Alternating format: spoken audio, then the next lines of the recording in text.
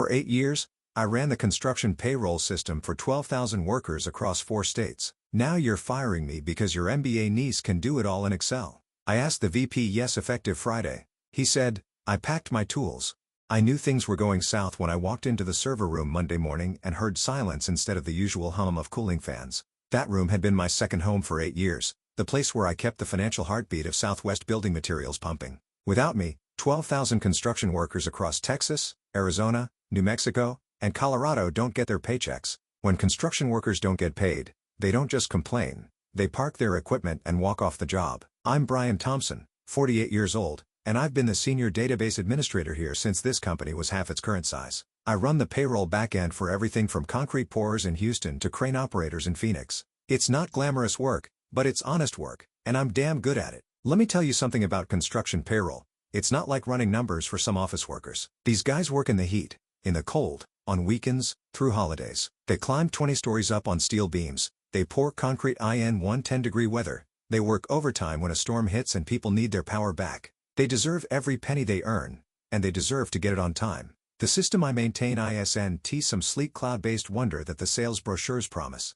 It's a beast built on legacy SQL databases, custom scripts, and 8 years of patches that I've applied with the precision of a master mechanic working on a vintage Harley. I know every workaround, every quirk, every potential failure point. When the prevailing wage laws changed in Arizona last year, I rewrote the calculation engine in 3 days. When OSHA updated their reporting requirements, I built the compliance module from scratch while drinking bourbon and listening to Skinner at 2 in the morning. You want to know how complex this stuff gets? Try calculating overtime for a crew that starts work in Texas on Monday, moves to a job site in New Mexico on Wednesday, then finishes the week in Colorado. Each state has different labor laws, different tax rates, different union rules. Then factor in equipment rental time, hazard pay for working near chemical storage, and federal prevailing wages for government contracts. Ashley's Excel sheet was about to meet reality, and reality doesn't care about your pivot tables. But corporate doesn't see it that way. They see an old system that needs modernizing, and they see me as the guy standing in the way of progress. That's where Andrew Rodriguez comes in. Andrew is the VP of Operations, and more importantly, he's the chairman's son. 3 months ago, our company got acquired by Rodriguez Family Holdings, a construction conglomerate that owns everything from cement plants to equipment rental chains. Andrew came in with a mandate to streamline operations and eliminate redundancies. Translation: fire expensive people and replace them with cheaper solutions. I'd met Andrew a few times in passing. He's one of those guys who wears a suit to construction sites and stays in his air-conditioned truck while real workers sweat their asses off in the sun. Got his MBA from some prestigious school and thinks every business problem can be solved with a PowerPoint presentation and buzzwords like digital transformation and operational efficiency. He's never spent a day on a construction site, never had to calculate overtime for a crew working emergency storm repairs, never had to explain to a single mother why her paycheck is late because the system crashed. The meeting happened on a Tuesday. Andrew called me into his office along with Patricia Williams from HR. Patricia's been here almost as long as I have, but she's always been more worried about protecting the company than protecting the employees. She's got that nervous energy of someone who knows bad news is coming but has to deliver it with a smile. Andrew's office looked like something out of a corporate magazine: glass desk, leather chairs, and a view of the equipment yard that he probably never actually looked at. He was tapping on his tablet when I walked in. Immediate attention. "Brian," Andrew said, not bothering to look up from his tablet. "We're restructuring the IT department, moving to a more agile, cost-effective model." I sat down in the chair across from his desk. "What does that mean for payroll operations?" "That's where it gets exciting." Andrew finally looked at me, flashing the Ashley. "She just finished her MBA and she's built an incredible model that's going to revolutionize how we handle payroll. Here's the thing about family businesses: competence takes a backseat to bloodlines every time." I'd seen IT before in other companies, but I thought our operation was too critical for that kind of nonsense. I was wrong. Ashley Rodriguez walked in like she owned the place, which technically, through family connections, she kind of did. She was 25, wearing a business suit that probably cost more than most of our workers make in a week, and carrying an iPad like it was the holy grail of business solutions. "Hi Brian," she said, extending a perfectly manicured hand. "I've been reviewing your processes. Very thorough, but also very manual. I think we can do better." The way she said manual made it sound like I was still using an abacus and stone tablets. "Better how?" I asked, though I had a sinking feeling I already knew where this was heading. Ashley set her iPad on Andrew's glass desk and started swiping through screens with the confidence of someone who'd never seen a real system crash and burn. "I've built a comprehensive payroll solution in Excel. It's cloud-based, it's intuitive, And IT and handle all the calculations you're currently doing with those old SQL databases. I stared at her for a long moment. Excel? You want to run payroll for 12,000 construction workers with a spreadsheet? Not just any spreadsheet, Ashley said, getting a little defensive. This has pivot tables, conditional formatting, automated macros. It's like having a database, but user-friendly. User-friendly. That's what they always say when they want to replace something that actually works with something that looks prettier. I've been in this business long enough to know that user-friendly usually means it works great until it doesn't, and then you're screwed because nobody understands what's happening under the hood. I looked at Andrew, hoping to see some sign that he understood how insane this was. Is this a joke? It's innovation, Brian, Andrew said, leaning back in his leather chair. Ashley's model can reduce processing time by 60% and cut our IT overhead significantly. There it was. Cut our IT overhead. What they meant was they could fire me and pay Ashley a fraction of my salary. I'd seen this movie before at other companies. Young MBA comes in, promises the world with some half-baked solution, older employee gets shown the door, and then 6 months later they're begging the old guy to come back and fix the mess. The payroll run is Friday, I said, keeping my voice level. Today is Tuesday. If you're planning to switch systems, you need to understand what you're dealing with. This ISNT just adding up hours times hourly rates. I started counting off on my fingers. We have prevailing wage calculations for government contracts. Union versus non-union differentials that change based on the type of project and how many consecutive days a crew has worked. Equipment rental tracking that has to be cross-referenced with GPS data. OSHA compliance reporting. Multi-state tax withholdings where a guy can start the week in Texas and finish IT in Colorado. Ashley was nodding along like she was following, but I could see her eyes glazing over. She thought she understood because she'd read about payroll in some textbook. I've accounted for all of that, she interrupted. My model includes lookup tables for all state regulations and automated tax calculations. Lookup tables, Jesus. The Arizona Prevailing Wage Database alone has 847 different job classifications with different rates depending on which county you're working in. The union contracts have overtime rules that would make a tax lawyer's head spin. You've got guys WHO get time and a half after 8 hours. Double time after 12, but only if they're working on certain types of projects. Then you've got hazard pay that kicks in if they're working within 500 feet of chemical storage, but the rate changes based on what chemicals and how close they are. Ashley, I said, trying to keep the condescension out of my voice, have you ever calculated prevailing wages for a federal highway project? I've studied the regulations, she said. Studying and doing are two different things. You know what happens when you get prevailing wages wrong on a federal contract? The Department of Labor comes in and audits everything. They can fine US for every hour that was calculated incorrectly, going back 3 years. Andrew waved his hand dismissively. We'll have compliance reviews.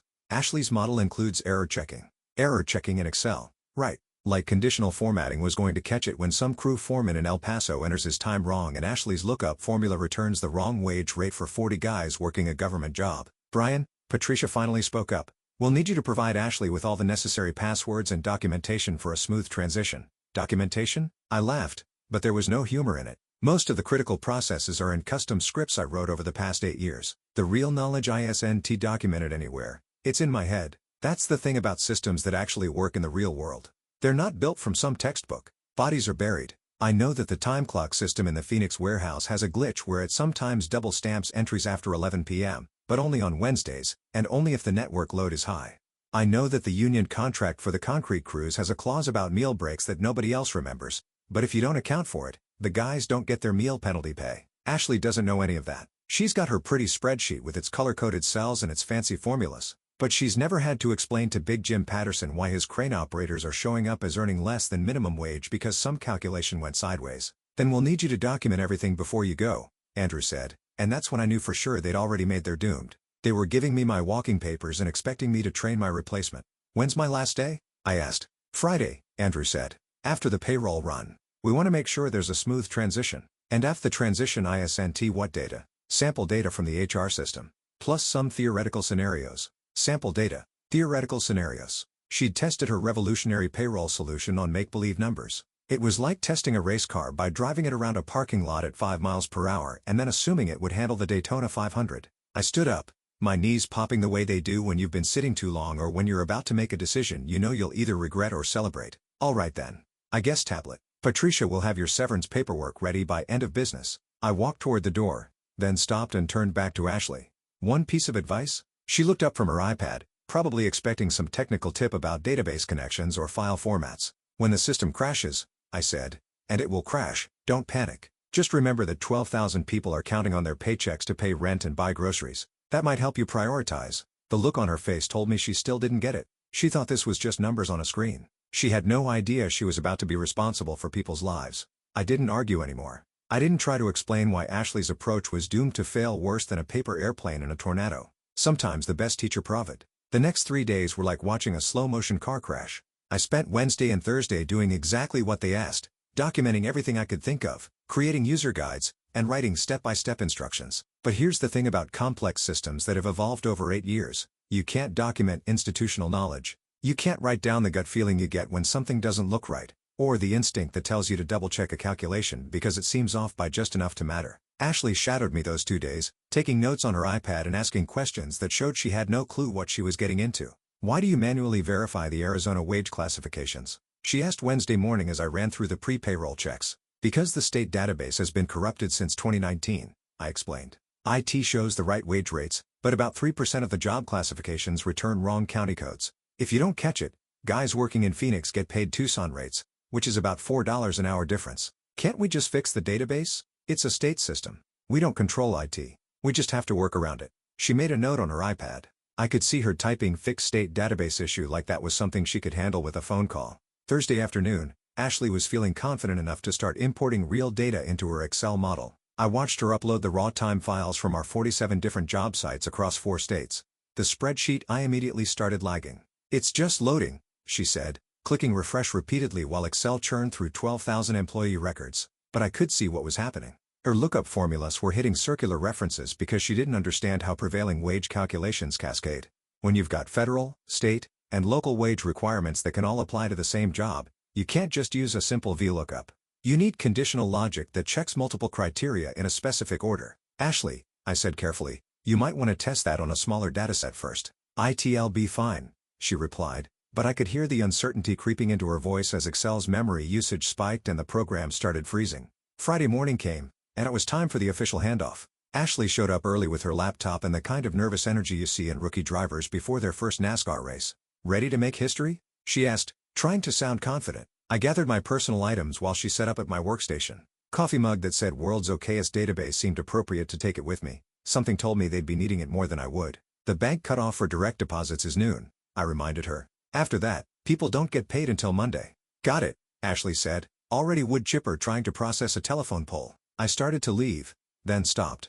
Ashley, one more thing. When this goes sideways, and I too will go sideways, don't try to fix it by running the calculations again. Each time you reprocess, you create duplicate entries in the system. Fix the problem first, then rerun. She wasn't really listening. She was staring at her screen where the spreadsheet was showing error values in about half the cells. Patricia walked me to the security desk where Eddie Morrison was waiting with my severance paperwork. Eddie's a good guy. Ex-Marine WHO understands the value of knowing your job inside and out. Sorry to see you go, Brian, Eddie said as I signed the documents. This doesn't feel right. It's just business, Eddie. Bad business, but business nonetheless. I drove home but mostly I felt like I was watching a disaster movie where you know the asteroid is going to hit but the characters haven't figured it out yet.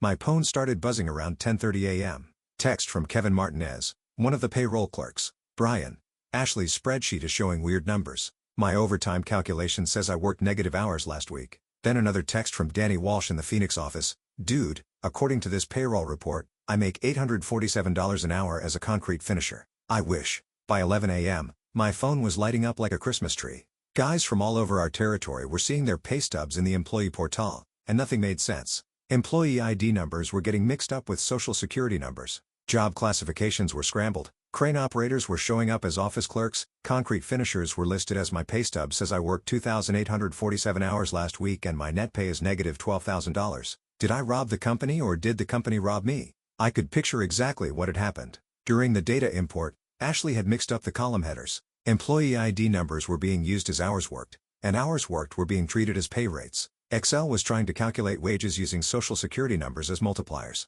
But the real disaster was still coming. The weird numbers in the employee portal were just the appetizer. The main course would be served at noon when the bank tried to process Ashley's payroll file for electronic deposits. At 11:45 a.m., my phone rang. It was Patricia from HR. Brian. Her voice was tight with panic. We need to talk. Ashley's payroll file is calculations. We owe the federal government $2.3 million in tax withholdings this week, but we only collected $180,000 from employee paychecks. I pulled into my driveway and SAT in the truck. listening to Patricia explain how Ashley's Excel model had managed to create what was essentially a mathematical black hole. Also, Patricia continued, the bank is questioning why we're trying to direct deposit $47,000 to one concrete mixer in Albuquerque, while simultaneously deducting $23,000 from a crane operator's pay for something called equipment rental recovery fees. Has anyone told Andrew yet? He's in meetings from every overconfident rookie who thought they could patch a sinking ship with duct tape and good intentions. Patricia, I said, you might want to cancel those meetings. By 2 p.m., Southwest Building Materials wasn't a construction company anymore. It was a disaster zone. The bank had rejected Ashley's payroll file so hard I'd probably left scorch marks on their servers. According to their automated response, we were attempting to transfer invalid amounts to invalid accounts using invalid routing protocols. The employee portal had crashed under the bin written by a drunk accountant having a nervous breakdown. Some guys were owed the company money for the privilege of working there. But the real fireworks construction workers for 25 years. He's built like a linebacker, talks like a truck driver, and has zero patience for corporate nonsense. When his guys don't get paid, Jim doesn't send strongly worded emails, he shuts things down. By 3 p.m., JM was standing on the back of a pickup truck outside our main office with a megaphone, and trucks were lining up behind him. Southwest Building Materials thinks they can play games with working people's paychecks, his voice boomed across the parking lot. If they can't figure out how to pay us, maybe we should reunion. Ephonics site shut down first, then Albuquerque, then the highway project outside Denver. By 4 p.m., every Southwest Building Materials job site in 4 states had gone quiet. 12,000 workers sitting in their trucks, posting videos on social media, calling local news stations. The footage was beautiful in a tragic sort of way. Aerial shots of idle construction sites, interviews with workers holding pay stubs that made no mathematical sense. Onion reps explaining to reporters how a company that builds half the infrastructure in the Southwest couldn't figure out basic payroll. My phone kept buzzing with updates from Eddie and the other guys still inside the building. Ashley's locked herself in the conference room, Eddie texted. She's been trying to fix her spreadsheet for 3 hours, but every time she changes something, I trick something else. Another text, Andrew's been screaming at IT support all afternoon. Apparently Ashley deleted the original data when she tried to reload the file. That made me chuckle. Of course she did. When you're panicking and something's not working, the natural impulse is to start over. But when you start over in Excel without backing up your work, you lose everything. Ashley had just erased the only copy of the raw payroll data, and the backup systems only worked if someone who knew what they were doing set them up properly. Tuesday morning, I was sitting on my porch drinking coffee and reading news articles about our payroll crisis when my phone rang. Andrew Rodriguez, Brian. His voice sounded like he'd been gargling gravel. We need to talk. Morning, Andrew. Saw you on the news last night. Nice interview. I especially like the part where you said the problems were caused by unforeseen technical complications during a routine system upgrade. Cut the jokes. The state labor board is opening investigations in 4 states. The union is talking about a class action lawsuit. The bank froze our operating accounts because our payroll file made their fraud detection system think we'd been hacked. Sounds like quite a situation. I need you to come back. Consulting basis. Name your price. I'd been waiting for this call since Friday afternoon. $15,000. Cash. Upfront. Plus a new contract at double my old salary. Done. I'm not finished. I want a public apology from you and Ashley, posted on the company website, admitting that the payroll problems were caused by premature then, fine. And one more thing. I report directly to the CIO now, not to operations. I'm done dealing with people who think Excel is enterprise software. Whatever you need, Brian. Just fix this. I drove back to the office Wednesday morning. The parking lot still had union guys camped out, but they waved when they saw my truck. Jim Patterson walked over as I was getting out. Brian, tell me you're here to save our asses. Working on it, Jim. You guys should see some action by Thursday morning. What about back pay for the time we've been sitting here? Every penny. With overtime for the guys who were scheduled to work. I walked into the building like I owned it. Because for the next few days, I basically did. The server room felt like coming home after a long trip. I fired up my workstation and started digging through the wreckage Ashley had left behind. It was worse than I'd expected. She hadn't just corrupted the payroll data, she'd managed to lock the database tables, create circular references in the tax calculation modules, and somehow convince the system that we employed 847,000 people named error. IT took me 18 hours of solid work, but I rebuilt everything from the archived transaction logs. Real backups, stored on systems Ashley didn't even know existed. By Thursday morning, I had a clean payroll file ready for the bank. I hit the transmit button at 6 a.m. The electronic funds transfer went through without a hitch. 12,000 workers would wake up to find their correct paychecks waiting, plus overtime pay for the days they'd lost sitting in the parking lot. Friday morning, I walked into Andrew's office. He looked like he'd aged 10 years in a week. It's done, I said. Everyone's been paid correctly, including compensation for the strike days. Thank you, he said quietly. Where's Ashley? Reassigned to marketing research. Turns out family connections only go so far when you cost the company millions of dollars and nearly trigger a federal investigation. And my new office? Andrew gestured toward the corner office with the windows overlooking the equipment yard. All yours. I had them put in a new coffee machine. I walked to my new desk and sat down in the leather chair. Through the window, I could see the construction sites coming back to life, cranes moving, trucks rolling out with full crews. My phone buzzed with a text from Eddie. Heard Ashley's working in marketing now. Think she can handle calculating AD impressions? I opened my desk drawer and pulled out the bottle of good bourbon I'd been saving for a special occasion. Disqualified. Sometimes the old ways are the best ways. Sometimes experience trumps innovation. And sometimes, when corporate tries to fix what isn't broken, they learn the hard way that some jobs require more than just an MBA and an Excel spreadsheet. I poured a shot into my coffee mug and raised it toward the window. Here's to keeping the beast running and making sure working people get what they've earned. That's worth drinking to. Making me wait while he finished whatever earth-shattering task required his kind of smile that car salesmen practice in mirrors.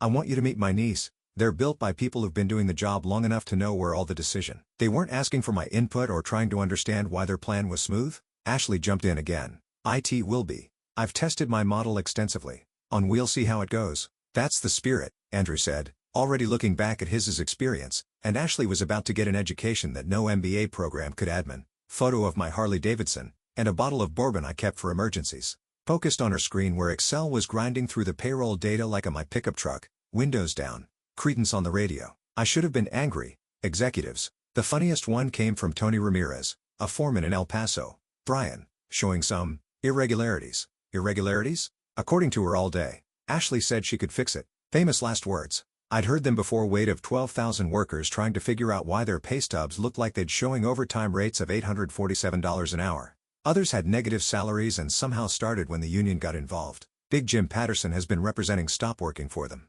The Wildcat strike spread faster than gossip at a high school implementation of an inadequate system. Long silence.